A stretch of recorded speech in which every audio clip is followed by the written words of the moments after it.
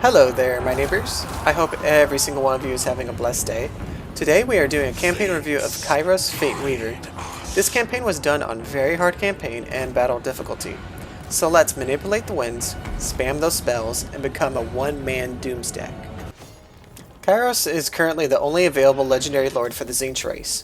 Kairos faction effects give him minus 50% battle reinforcement time. I feel this is so nuanced in my opinion, and I rarely ever see this be useful since I use lightning strike anyways, and I'm mostly fighting each enemy one by one.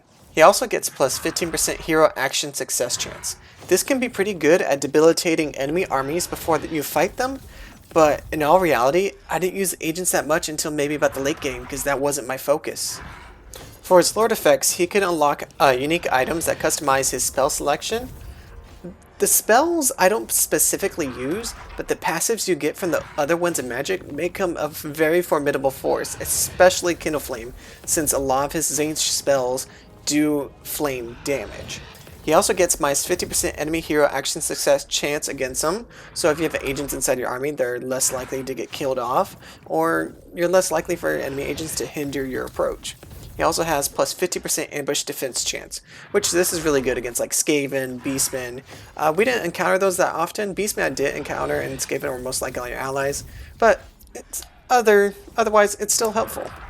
Kairos Fateweaver himself as a lord is one of the best, if not the best, lord spellcaster currently. Toward the mid to late game, he is essentially a one-man doomstack. A bunch of your Tzeentch spells do fire damage, and when stacked with Kindle Flame, which you can get from one of your skills, cause enemies to take 20% extra damage from that fire damage from Tzeentch Firestorm, Warp Fire Flame. Topped with all the other passives he gets, he is constantly recharging power and his power reserves, and he flies, plus the 40% damage resistant buff he gets for I think about 30 seconds, and he has a hex spell to stop someone in their tracks so you can get a good spell cast on them. I typically will have my ranged army hang in the back or corner of the map while Kairos flies over and decimates the army himself. Honestly, I could save money and giving him a crap stack while he does all the work.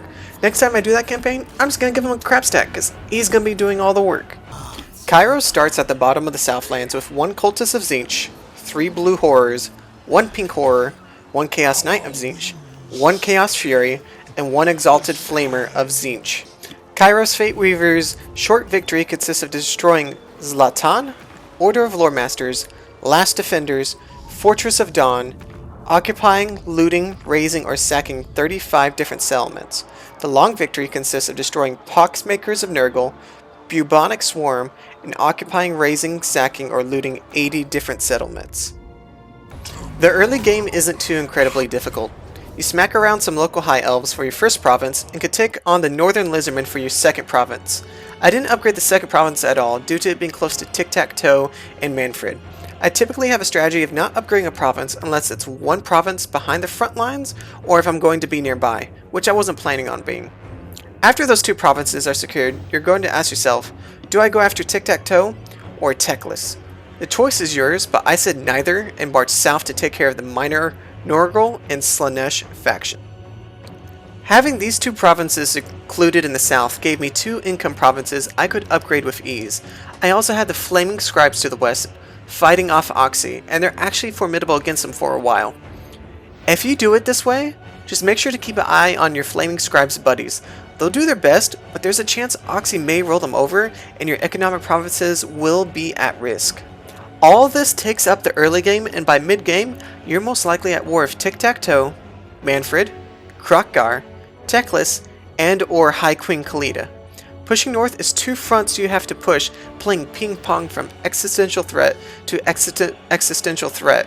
While being paranoid, Oxy is going to open up a 3rd front. Those 2 economic provinces to the south became so critical for giving us the funds needed for a 2nd and eventually 3rd army to push north.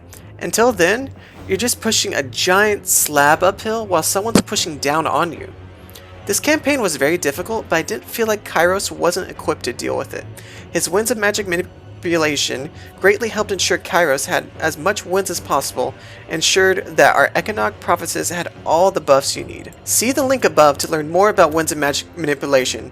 I have a whole video explaining how to use them. The changing of the ways mechanic was pretty awesome, but I felt you simply didn't have enough grimoires until mid to late game to effectively use it.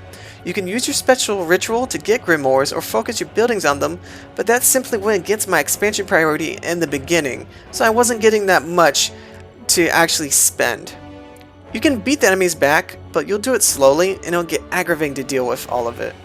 If you consider yourself an impatient person, this campaign may not be for you. After many turns of just manual battle after manual battle, by turn 82, I was actually able to conquer Khemri. This game was so brutal. I got the short victory and I wasn't going to push anymore. I was done, I'd seen enough, off to the next one. Tzeentch's factions are the one daemon factions that highly specialize on ranged units. You have Pink Horrors as your sort of archer unit. You have Flamers to do blasts of flame damage to the enemy's front line before it approaches. And now, thanks for the merge of units from Warriors of Chaos, Tzeentch now has a capable anvil for your hammer.